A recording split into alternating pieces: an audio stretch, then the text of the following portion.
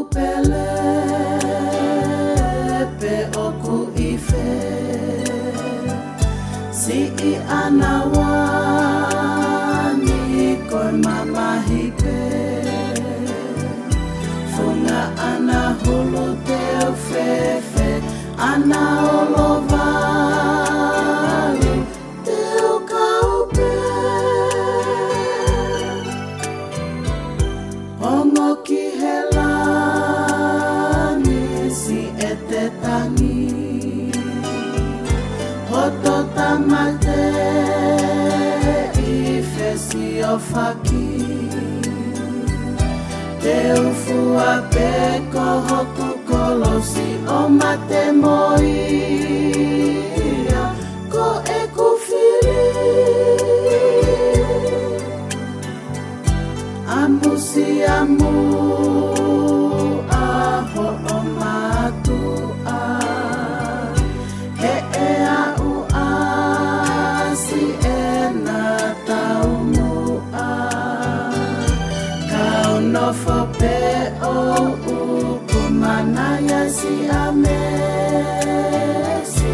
ai fetu una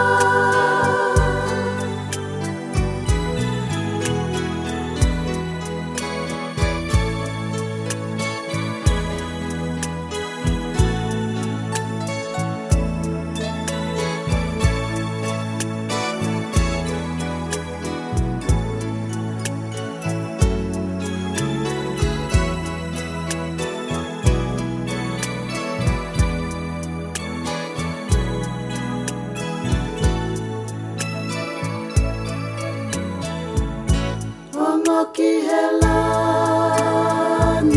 si etetangi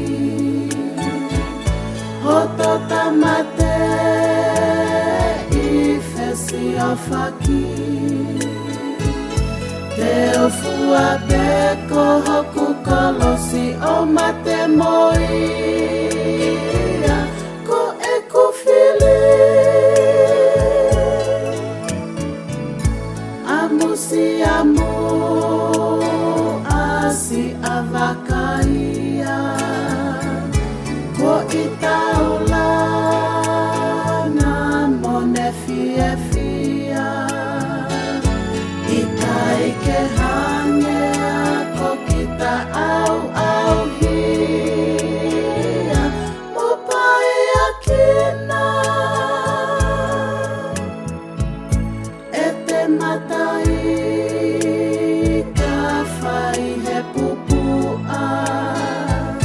nofo e fono na kakeu imoa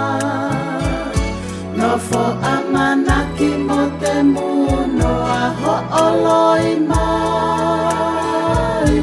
e na kakehola nofo amanaki mo te muno